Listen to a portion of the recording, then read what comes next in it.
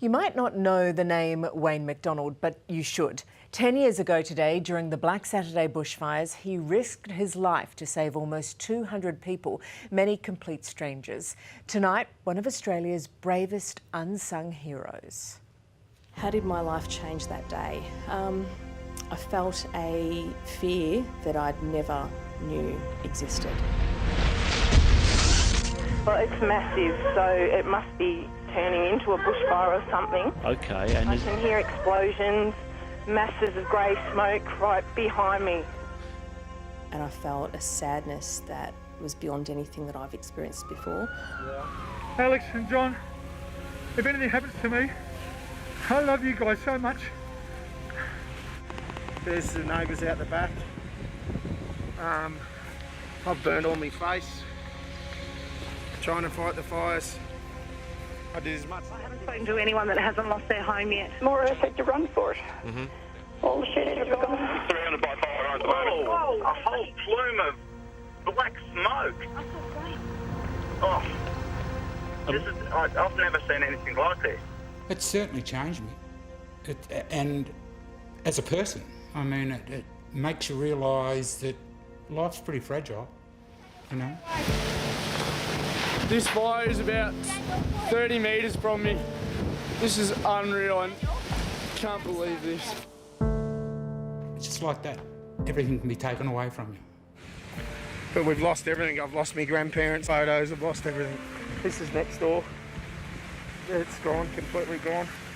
We've got nowhere to live anymore. The power's gone out. There's a fire at the end of our street. Explosions going off.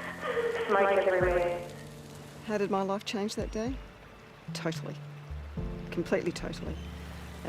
You can't go through what we went through and not come out differently. We lost everything.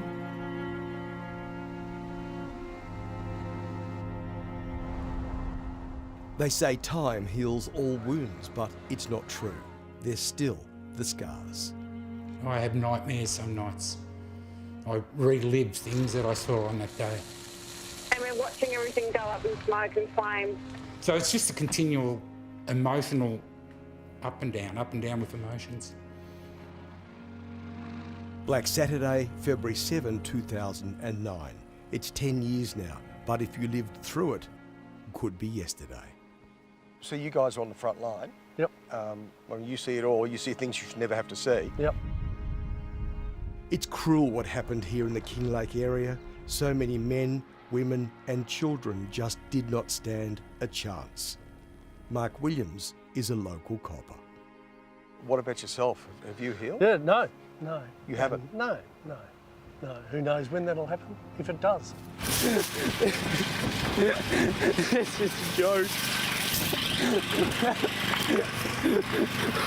We've spent our whole lives making this joint up. That day, the heat is homicidal, 47 degrees.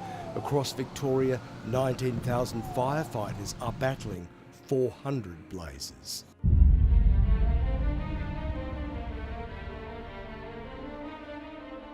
It's literally raining fire. It was like rain. We had fire dropping everywhere. It just caught, and then as it caught, it travelled like water. Falling trees and poles cut power. There's confusion, communication problems and chaos. It's a calamity that claims 173 lives, injures 414 people, destroys 3,500 buildings, including more than 2,000 homes, and burns out 450,000 hectares. Kills 1 million wild and domesticated animals. From the ashes, 1,000 stories of horror, of heartache, lucky escapes, resilience, courage, inspiration, and the great Australian character that emerges in times like these. No one does a disaster like Aussies. Australian public were magnificent in what they did for us. Wayne McDonald was more than magnificent himself that day.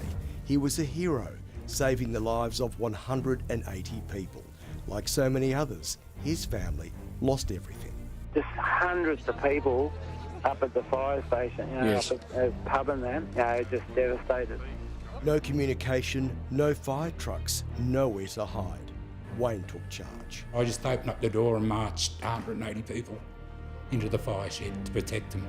And the stepson and myself and one of the people from the CFA, we defended that shed until it was safe to let him out.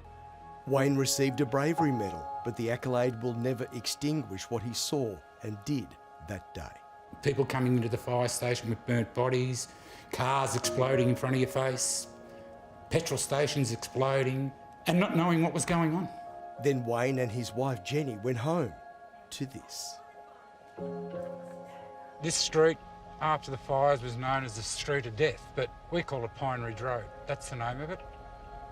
10 years on, a tour of the terror that day. In 500 metres, 31 houses gone, 21 friends and neighbours lost. This one here, this is where most of the bodies were found in this street, in one house in the bathroom. It was an eerie feeling. It was like there was a sleeping giant or something was coming, but you didn't quite know what. The monster was coming. It was, yes. Yes, it was. Down the road, Melanie Harris Brady. She escaped by seconds, but the firestorm took everything else. Back then, it was fear and sadness. But then I also found this amazing strength and this amazing love and this amazing support network that I could never have dreamed possible, and will always be grateful for. Oh, look, some days you put your boots on and you take one step at a time until you finish the day, and then other days you think, time for a break, then you go and leave. An hour away by road, Marysville. 10 years ago, Marysville was a pretty little tourist town that people loved for its pristine rainforests and its peace and quiet. Then Black Saturday, and this place was virtually obliterated.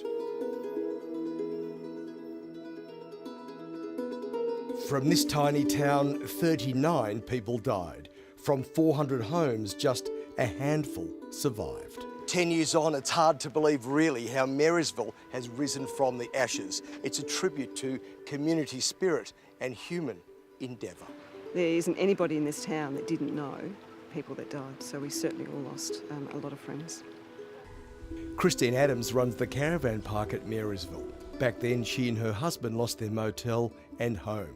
Rebuilding, they've made a lot of new friends.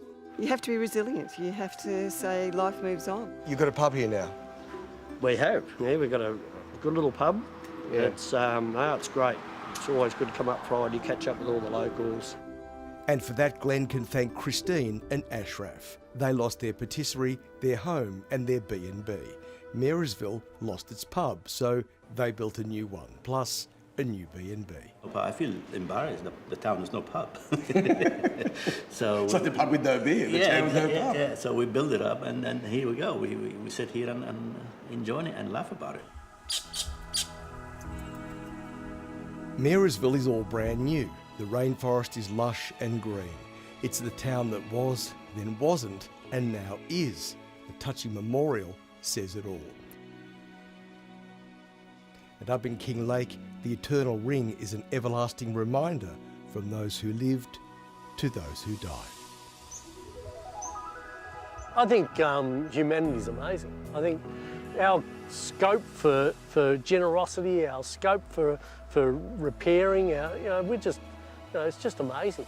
People from Queensland in the flood area were sending money down to help us bushfire victims. Where would that happen anywhere else in the world? It just made you feel proud to be an Australian. Amazing people, well said, Wayne. A decade on, we also remember those who lost their lives and loved ones in the bushfires, including our former Nine colleague, newsreader Brian Naylor, and his wife Maureen, who died in the King Lake West Blaze on that terrible day.